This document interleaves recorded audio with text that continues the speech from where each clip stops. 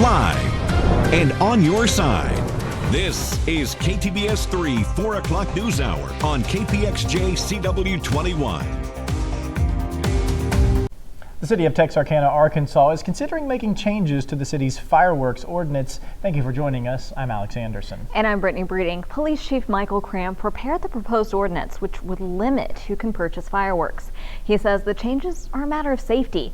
KTBS 3's Julie Parr is live in Texarkana, Arkansas with more on the proposal. Hey, Julie. Hey, Brittany, police say they've received numerous complaints about juveniles discharging the fireworks off in a dangerous manner within the city limits.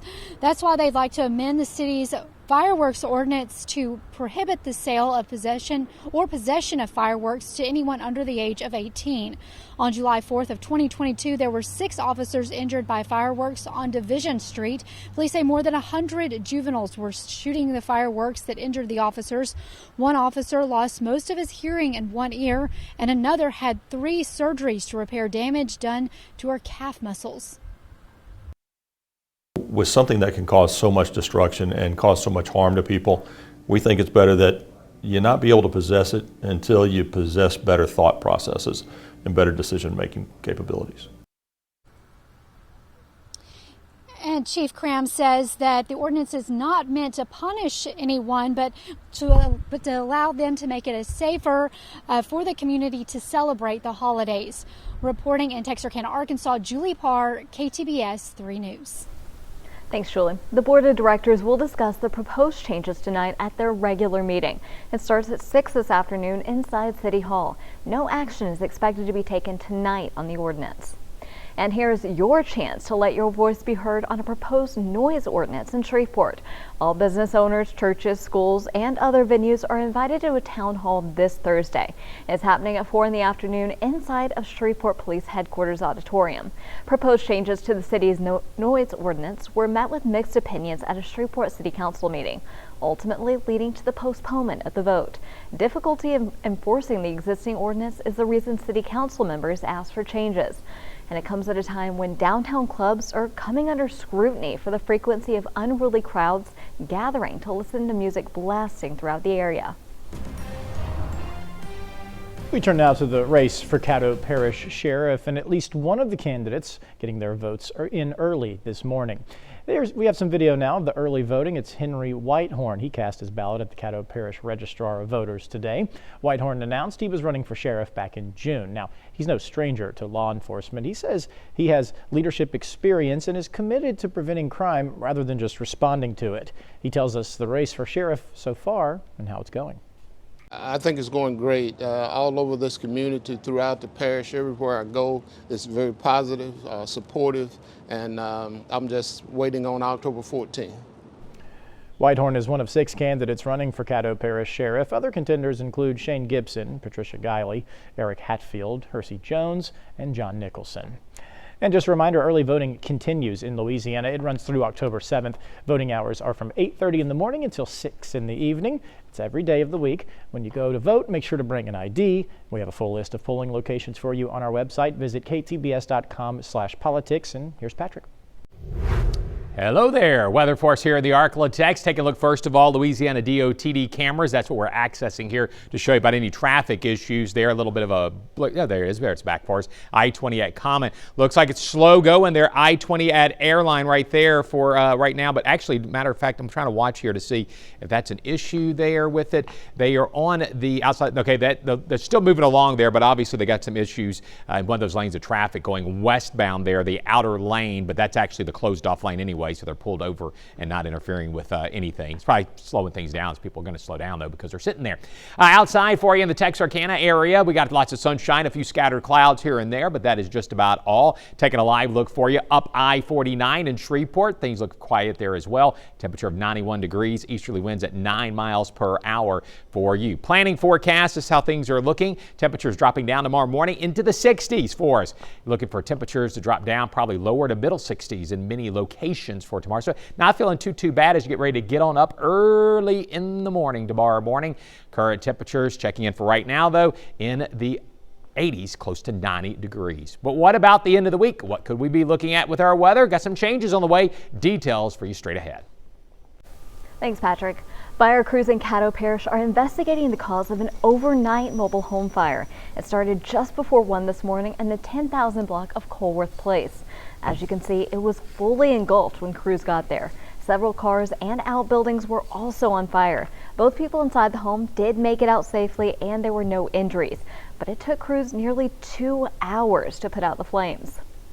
Police are investigating a shooting over the weekend in Texarkana, Arkansas. It happened on East 15th Street just before midnight on Friday. When officers arrived, Kendrick Rockmore was found dead of an apparent gunshot wound. Police say a juvenile was arrested at the scene. If you have any information on this crime, you're urged to call Texarkana Crime Stoppers. That number, 903-793-STOP. The Bi-State Detention Center regained its compliant status. The jail passed the Texas Commission on Jail Standards inspection last week. Back in August, they failed an inspection following the escape of 2 inmates. Bowie County Sheriff Jeff Neal said 3 jailers were responsible for reporting an improper inmate check to the State Jail Commission. Those 3 have since been terminated. The escapees, Wade Land and J.C. Kirby, were both captured and arrested in Austin.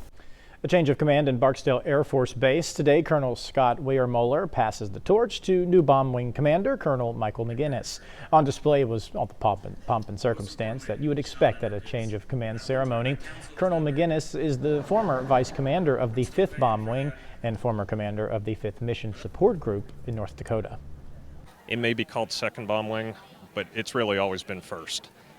They were the first ones to bomb, and you can just go through their history and see a recurring number of firsts.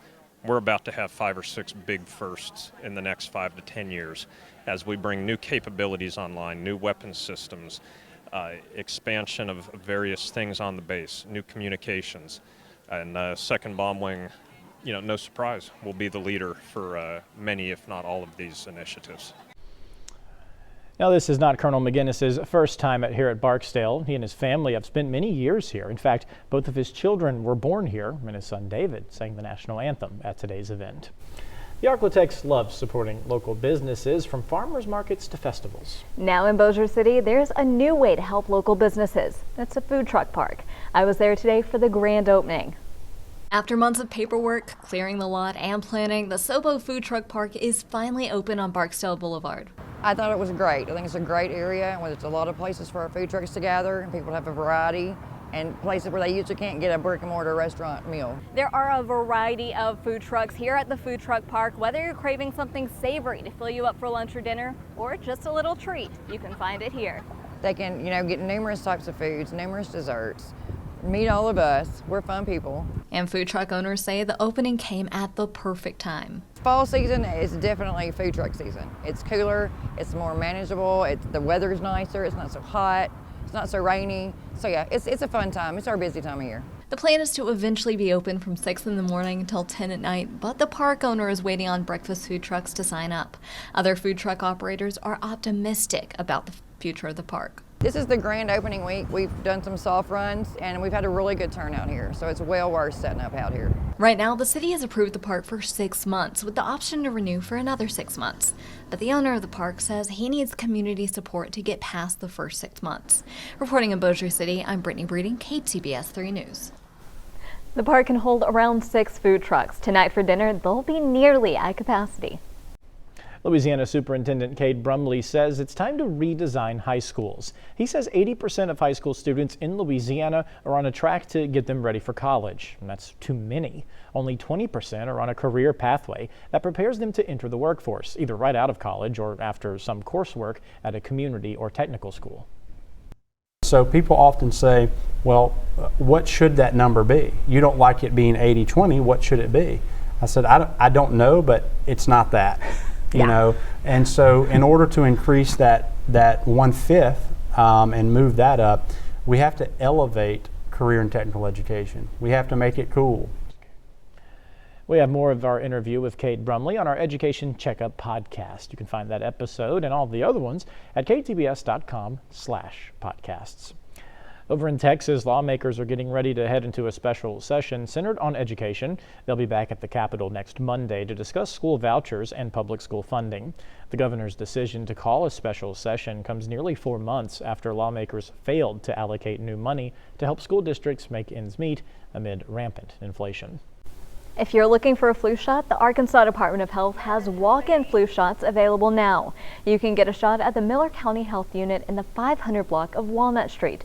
That's going on between 8:30 in the morning and 4:30 in the afternoon, Monday through Friday. The vaccine will cover 2 strains of influenza type A and 2 strains of influenza type B.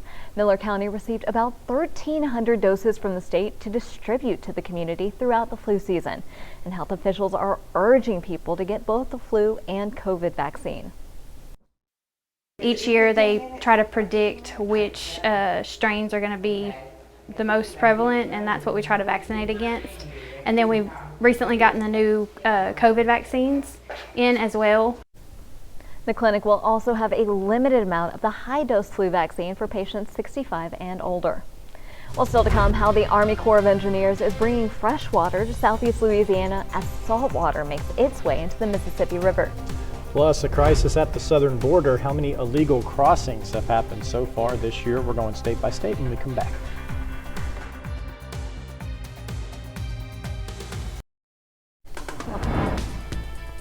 Go to some news state by state for you now. We'll start with a news surge of migrants reaching the highest total this year. The Border Patrol has apprehended more than 200,000 migrants crossing the border from Mexico into the U.S. That's up from 181,000 the previous month, according to Homeland Security officials. It also marks the largest number of border arrests this year. This new surge of migrants is straining federal resources in the cities trying to house them. Those concerns are likely to be a topic during the annual U.S.-Mexico security talks this week. And because of that surge in migrants, El Paso has opened up new community readiness centers to take them in. They're using an old school building. Jonathan Meja has more details. What we're going to use it for is specifically for community readiness purposes. The city of El Paso today giving media an inside look at what is now the Community Readiness Center. The city purchased this vacant building from EPISD for almost $4 million. That money came from the federal government. If there is a migrant crisis, as we're seeing right now, we'll be able to stand this up and be able to provide shelter, food, and coordinate transportation. If there's a massive flood like what we saw in 2006, or in the case of Katrina, when the Katrina hurricane hit, there were some folks who ended up here in El Paso. The center has 3 wings, one for women and children, the other for single adult males, and a space for intake and processing. The building used to be Moorhead Middle School and has been vacant for quite some time, so the city says a lot of cleanup was needed and they're still in need of one more permit. Well, currently, at this point in time, it holds about 200 individuals, and so we could stand it up today, tomorrow, at any point in time. The city says there's a process that migrants must go through in order to get access to the shelter and get a spot on a charter bus provided by the city or the state of Texas. If a migrant goes up to this space, they have to go through the process. They cannot jump the line and jump the queue in order to get on one of the charter buses. A migrant must first be encountered by the roving team, then they're taken to a shelter where they can get processed, and finally, they're able to either get to a shelter or get on a chartered bus. The city says while the center will be opening, they will continue to use their other shelter options they have in place. We have this space in addition to our hotels and Nations Tobins. Nations Tobins will remain active at this point in time, depending on what we see in terms of the border crossing and the number of folks that are in the process. The Army Corps of Engineers is using barges to deliver fresh water to treatment plants in Louisiana. A load of 500,000 gallons arrived at the Port Sulphur water treatment facility last night. It's needed because salt water has intruded the Mississippi River. It's a natural occurrence, but usually the river's water flow prevents it from coming upstream. The problem is the river's water level has been low this year. When the salt water travels too far upstream, it threatens municipal water supplies. The Army Corps of Engineers is ramping up to be able to deliver 36 million gallons of fresh water per day in case the salt water travels further. Some residents in Lahaina, Hawaii returned home for the first time since the devastating wildfires ripped through the area nearly 2 months ago. Hundreds of people left their homes to escape the flames. Authorities reopened 3 zones in the area to allow people back in. The wildfires gutted the area and it will take months, if not years, to rebuild. The fires were to blame for at least 97 deaths. We'll take you around the world now. A church roof collapsed during Sunday Mass in northern Mexican City, killing at least 9 people and injuring 40. Rescuers worked into the night, desperately looking for another 30 people believed to be trapped under the rubble. Working under floodlights, military personnel supported emergency services using rescue dogs and earth-moving equipment to identify and dig out survivors from the ruins of the church near the port city of Tampico. Threatened European oysters now have a better chance at life at a newly created conservation reef in the UK. In northern England, a team of conservationists spent the past week carefully depositing over 750 tons of old stones and scallop shells into a seabed. It formed the foundation for the new underwater marine ecosystem. It's about the size of a soccer field. The project manager said the team is optimistic that the 10,000 oysters will thrive, reproduce, and grow in the new reef over the next coming months across the UK. Wild native oysters have declined by more than 95% since the 1800s. Coming up, a massive search is underway for a missing 9-year-old girl. Why police believe she may be in serious danger. We'll also get a check of the forecast with Patrick for you when we return. Now, with your Mega 3 Storm Team Doppler radar forecast, here's Chief Meteorologist Patrick Dennis in the Mega 3 Storm Team Weather Center. Okay, welcome back, everybody. Happy afternoon to you. It's 4:20 right now, and our weather across the Arklatex looks pretty nice. Always nice to get a text from your wife. She says, "Where's the throw toy for the dog?" I'm like, "Ask the dog. She had it last." I don't know where it went to. She ran off with it in the yard. Anyway, weather for you for right now looks to be pretty quiet across the area. No real problems there. We're going to continue to have another couple of warm days, but then some weather changes are going to be happening for us once we make our way to the middle part of the week. Live looks for you right now outdoors. Everything is pretty quiet. That does include southeast Oklahoma. We got a little cloud cover, maybe a little rainfall though popping up for you here once we get into Wednesday and into Thursday. So that's the live look for you for right now. Take a look at Texarkana. Everything looks to be pretty quiet there as well. A few scattered clouds.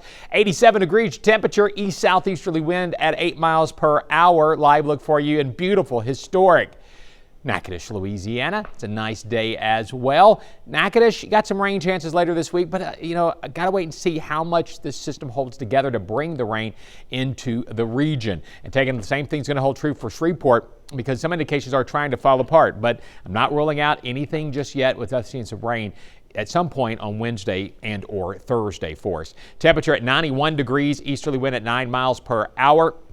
Low humidity value, so it doesn't feel too bad outside. 75 degrees at 10 o'clock tonight. 4 a.m. tomorrow morning at about 68 degrees. So we cool off. It's not going to be bad tomorrow morning either. Some decent starts, but I know some of you at the end of the week will start pulling out jackets, your sweater collection, and your Ugg boots too. No Ugg boots, please, Alex.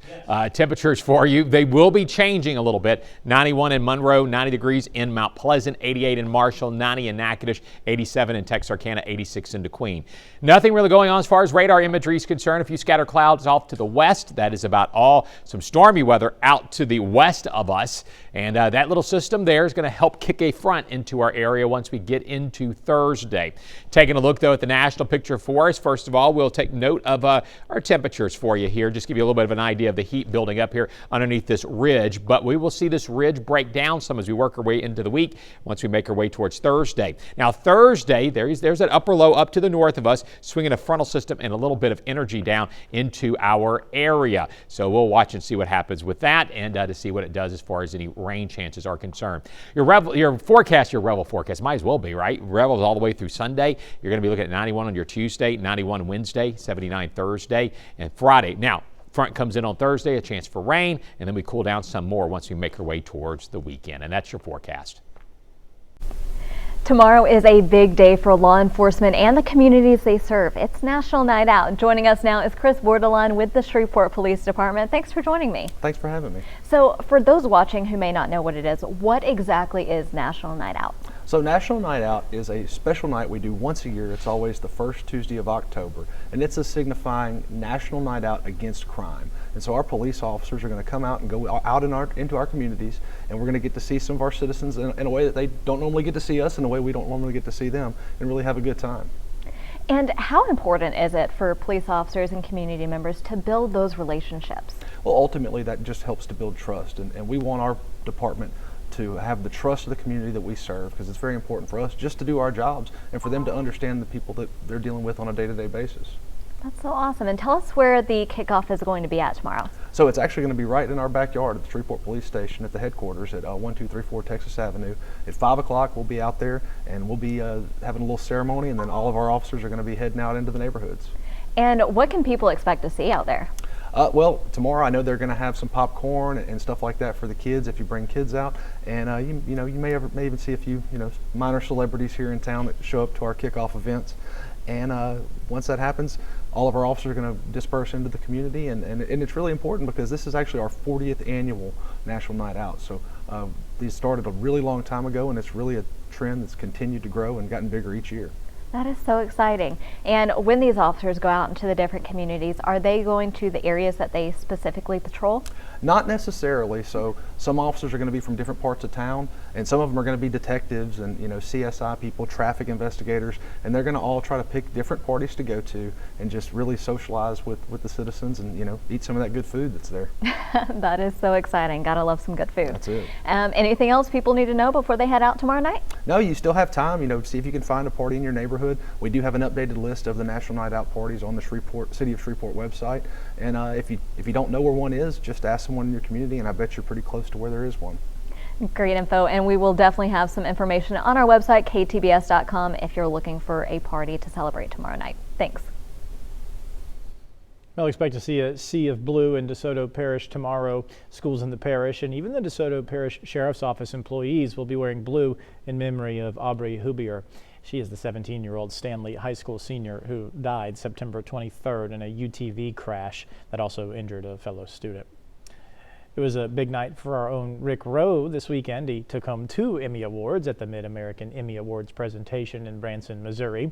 Rick took first place in the category of Serious News Series for his continuing series Behind the Badge. In these stories, Rick seeks to humanize the men and women who wear the badge by telling their personal stories. Rick also took home hardware in the religious category, Stories of Faith, for his powerful story of a young boy who was underwater for more than 6 minutes in a backyard swimming pool, only to survive and thrive through what many believe is the power of prayer. A big congratulations to Rick, and if you would like to watch those stories or any other of Rick's award-winning pieces, you can find all of them at ktbs.com/Rick Rowe. We also have a Rick Rowe section on the KTBS 3 Now app. Coming up, crisis averted. For now Congress avoided a government shutdown in our next half hour.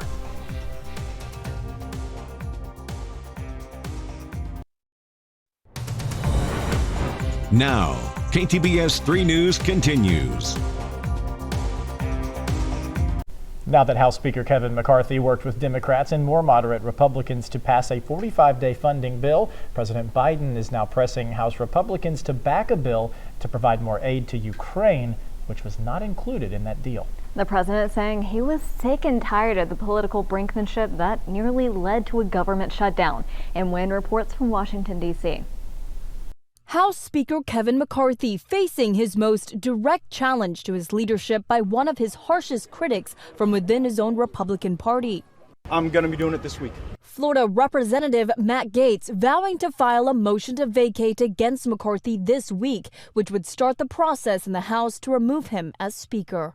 Gaetz saying if he fails to remove McCarthy the first time, he will try and try again. It took Speaker McCarthy 15 votes to become the Speaker. So until I get to 14 or 15, I don't think I'm being any more dilatory than he was. After being unable to reach a deal with far-right Republicans, McCarthy offered a short-term spending deal running through mid-November that drew more support from Democrats than Republicans in order to avoid a shutdown that would have forced millions of military service members and other federal employees to work without pay. If McCarthy loses more than 4 GOP votes in an effort to remove him as House Leader, he'd need to rely on Democratic votes to remain as Speaker, something they appear reluctant to do.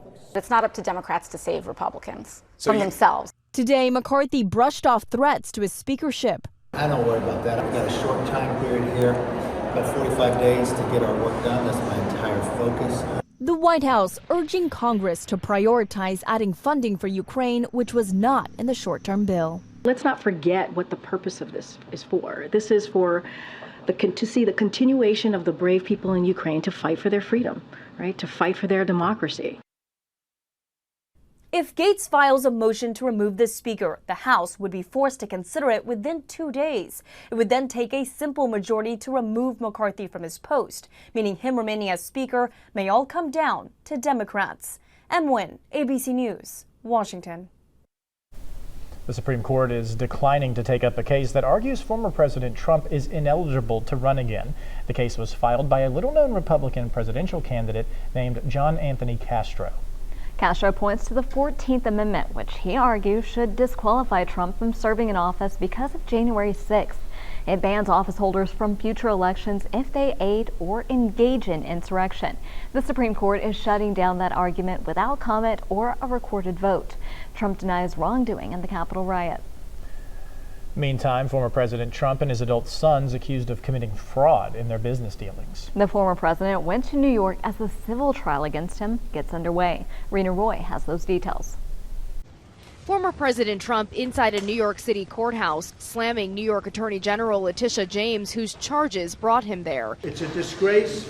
They're trying to damage me so that I don't do as well as I'm doing in the election. But James says this civil fraud case, more than 4 years in the making, is about holding the Trump Organization, the former president, and his eldest sons accountable, accusing them of inflating their net worth by as much as $2.2 billion. No matter how powerful you are, no matter how much money you think you may have, no one is above the law. She was met with cheers and applause as she entered the courthouse, where opening statements began in the first day of the trial. Trump at some point slumped in his chair, arms crossed, shaking his head as he listened to prosecutors lay out their case. The state alleging the defendants were lying year after year and that they knew a high net worth was necessary to get and maintain certain financial benefits. Trump's legal team firing back, saying the Attorney General has no case and that Trump has not committed any fraud. When many properties which I've sold are worth much more than were listed in the financial statements, by double and triple. What do you have to do? And we're wasting our time on this trial. His lead attorney saying they'll prove that there are many ways to value assets and that Trump has made billions of dollars building one of the most successful real estate empires in the world. But the judge has already determined that the Trump Organization committed fraud for years, overinflating the value of its assets. This trial will only determine how much the company will pay in damages and penalties. The state has asked for at least $250 million. Trump could lose control of some of his most prized assets in New York, including Trump Tower, and also be banned from conducting business in the state. Both sides plan to call witnesses to testify. The state says it plans to call Donald Trump himself to take the stand as its final witness. Rena Roy, ABC News, New York.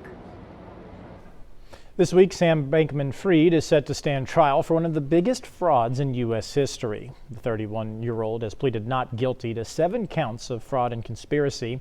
The charges stem from the collapse of his crypto trading platform, FTX.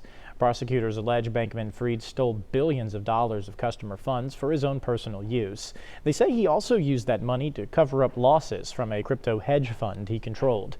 If convicted, he could spend the rest of his life in prison. Okay, everybody, today is Monday. It is October the 2nd, and it's also National Name Your Car Day. I don't know how they come up with these sometimes. Apparently, they did not like celebrating National Smarties Day. The Smarties candy, I like that one better. Anyway, taking live looks for you outside. At this moment, things are pretty quiet across the Arklatex. Should stay that way through your Tuesday. Wednesday, that's a day we'll watch to see about any other weather changes that may be going on across parts of the Arklatex. Live look for you looking up the Sabine River there in Logansport, Louisiana. Pretty quiet. I don't really see too many people. It just looks like somebody's walking over there towards the park to maybe enjoy it. But otherwise, though, pretty nice weather going on out there for you. Outside Shreveport, Bossier City looks to be pretty decent as well. Those temperatures, they've been checking in there middle upper 80s, close to that 90-degree mark, like 91 degrees in Shreveport. But I will tell you, some weather changes look like they're going to be on the way to the Arklatex for later on in the week. Got a cold front expected to arrive on your Thursday. How cool will it get? We'll have more details on that forecast coming up here in just a few minutes. Thanks, Patrick. Now to the desperate search for a 9-year-old girl who seemingly vanished from a state park in New York. Authorities say she was riding her bike with friends around a loop when she decided to go around one more time by herself. Here's ABC's Rhiannon Alley. A massive search underway for a 9-year-old girl who went missing while on a family camping trip in upstate New York. They came here to just have an ordinary time. The kids could have a chance to be in nature, have a chance to be kids. But instead, the day turned into every parent's nightmare. Charlotte Senna was last seen Saturday evening in Moreau Lake State Park, north of Albany. Officials say she was riding her bike around a loop with other kids when she decided to go around once more alone. She just wanted to go around one more time by herself. Be that big girl, do it by herself. Literally 15 minutes later, she hadn't come back yet. And that's really when the nightmare begins. 30 minutes later, her bike was found on that loop, but there was no sign of Charlotte, her mother calling 911 to report her missing. More than 100 searchers, including police, forest rangers, and residents from the area, combing the state park from the air and the ground, hoping to find Charlotte. Yesterday, authorities issuing an Amber Alert, believing Charlotte had been taken. After that exhaustive search, when we couldn't find her here, it was quite possible that an abduction had taken place. We are leaving no stone, no branch, no table, no cabin unturned, untouched, unexamined in our search to find Charlotte. Charlotte's family describing her as a joyful fourth grader who had just been elected to the student council. She was last seen wearing this orange tie-dye Pokemon shirt. Police asking the public to call in with any information that could lead them to her. We continue to dedicate all resources that we can to find Charlotte and bring her home safely. Rhiannon Alley, ABC News, New York. A settlement has been reached in the case of an April crash that killed a bride on her wedding night in South Carolina. Authorities say Jamie Lee Komorski drove her car into the newlywed couple's golf cart-style vehicle. Bride Samantha Miller was killed and 3 others were injured in the Foley Beach crash. The groom, Eric Hutchinson, filed a wrongful death lawsuit against the alleged drunk driver and multiple local establishments the driver had visited throughout the day.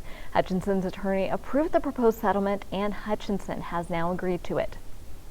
Frontier Airlines has reached a settlement after being accused of discriminating against pregnant and lactating pilots. In 2019, several female Frontier pilots filed a discrimination lawsuit against the budget airline company. They claimed Frontier discriminated against pregnant pilots as well as new moms who were trying to breastfeed. The airline denied those claims at the time. Frontier has agreed to the settlement but did not admit liability. Frontier says it will update and clarify its policies on lactating and pregnancy. Pilots will be allowed to pump breast milk during non-critical portions of flights. It will also allow pregnant pilots to fly so as long as they're medically certified. More than 75,000 healthcare workers could walk off the job in what would be the largest healthcare strike in U.S. history. Unionized healthcare workers, including nurses and EMTs, are negotiating new contracts with the company.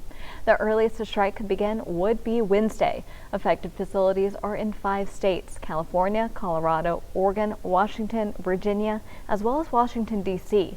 Unionized staff are asking for increased pay, job protections, and solutions to fix labor shortages. Diamonds might be forever, but their high prices are not. The Zeminski Global Rough Diamond Index shows the stones are the cheapest they've been in a year. The slump follows an all-time high demand for natural diamonds that came during the pandemic. Analysts say people couldn't use discretionary money on things like dining and travel back then, so they shopped instead.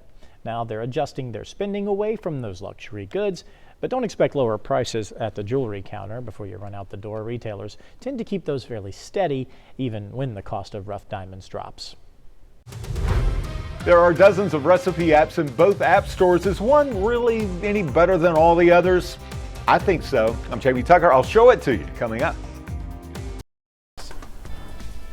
It's time for What the Tech segment. When football parties are upon us, holidays right around the corner, you might be looking for some recipes online. If you do, they'll start to pile up. I just have tabs open of so many recipes that I need to get around to making. I do not. Our consumer technology reporter, Jamie Tucker, shows us the app that can keep them organized. I'm going to need to check this out. If you search for cooking or recipe apps in the app stores, you'll find dozens. They all do pretty much the same thing.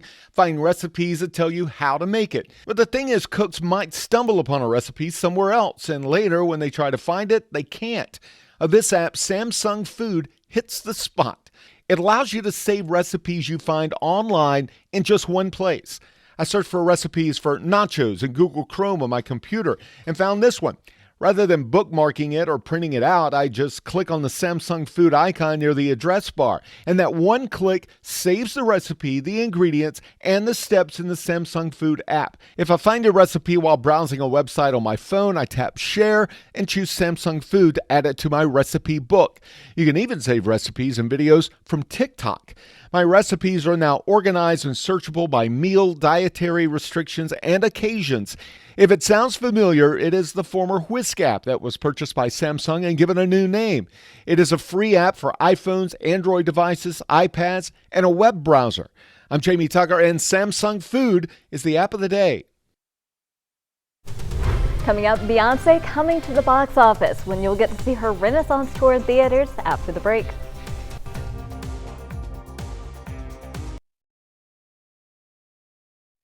Now, with your Mega 3 Storm Team Doppler radar forecast, here's Chief Meteorologist Patrick Dennis in the Mega 3 Storm Team Weather Center. Okay, welcome back, everybody. Happy Monday to you. Big question is, right now, I'm afraid there's going to be a run on the grocery stores this week. Everybody got to get all their ingredients needed for gumbo because we got gumbo making weather coming up here this upcoming weekend. So I'm a little bit concerned there might be some shortages out there happening.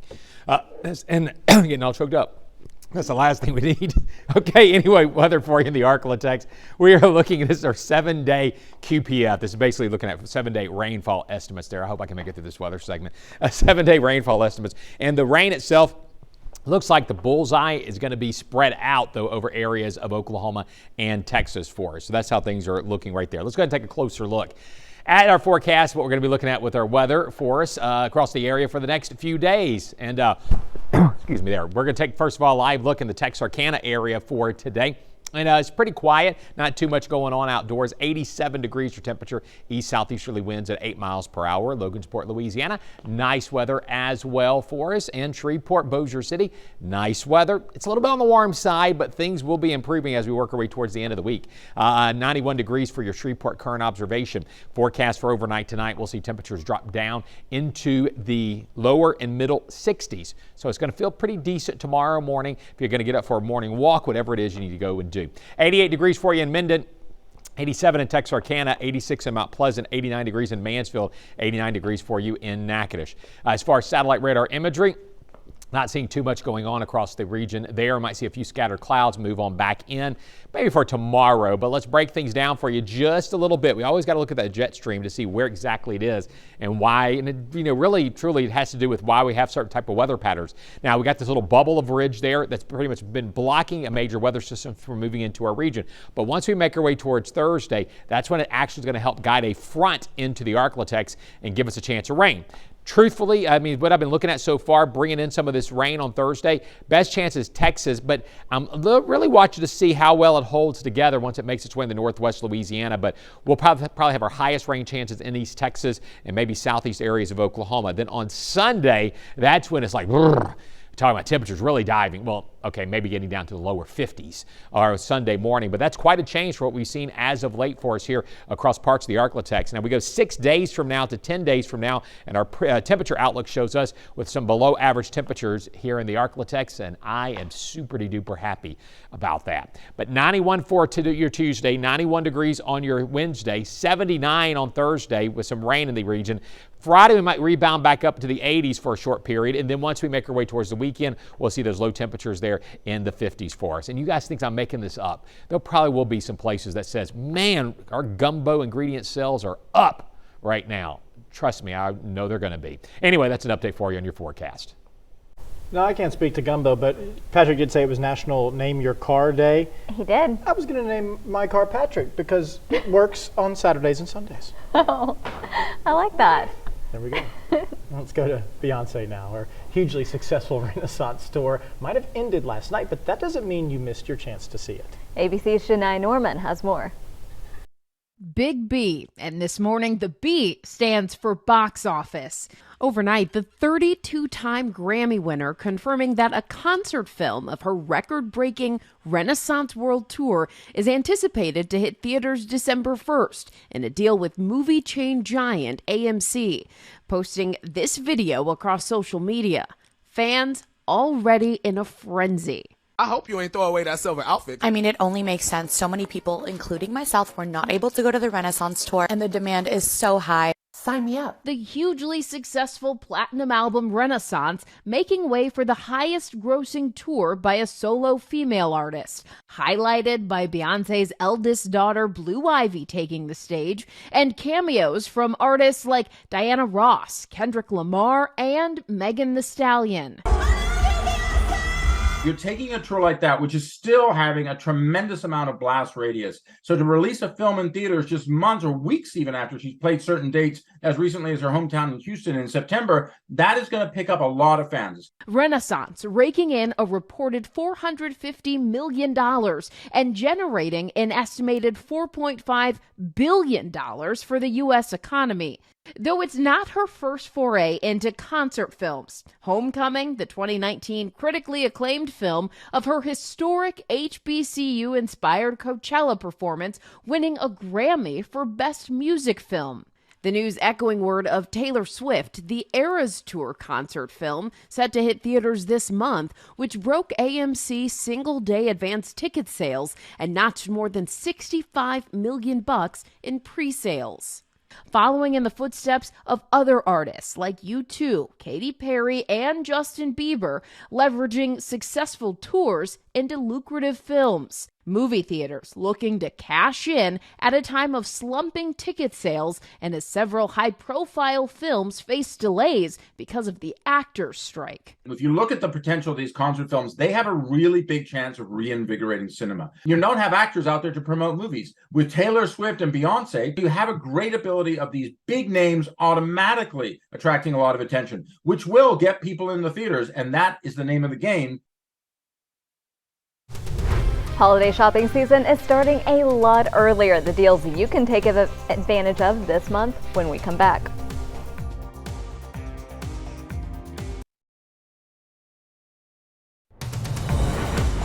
Now, KTBS 3 News continues.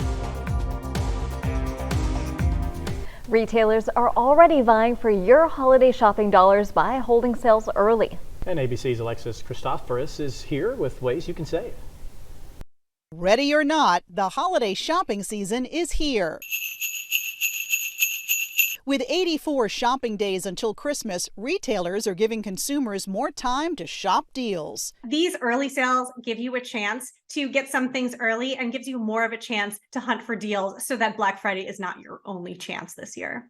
Target Circle Week kicks off today through October 7th for members of its free loyalty program with up to 40% off thousands of items. Fenty Beauty is coming to Ulta Beauty at Target. Spend $25 on certain beauty brands, get a $5 Target gift card. Walmart's Baby Days deals is back. Walmart's holiday kickoff runs October 9th through the 12th with discounts across fashion, home, and tech. Amazon's unwrapping its Prime Big Deal Days October 10th and 11th for Prime members. You're kind of a big deal.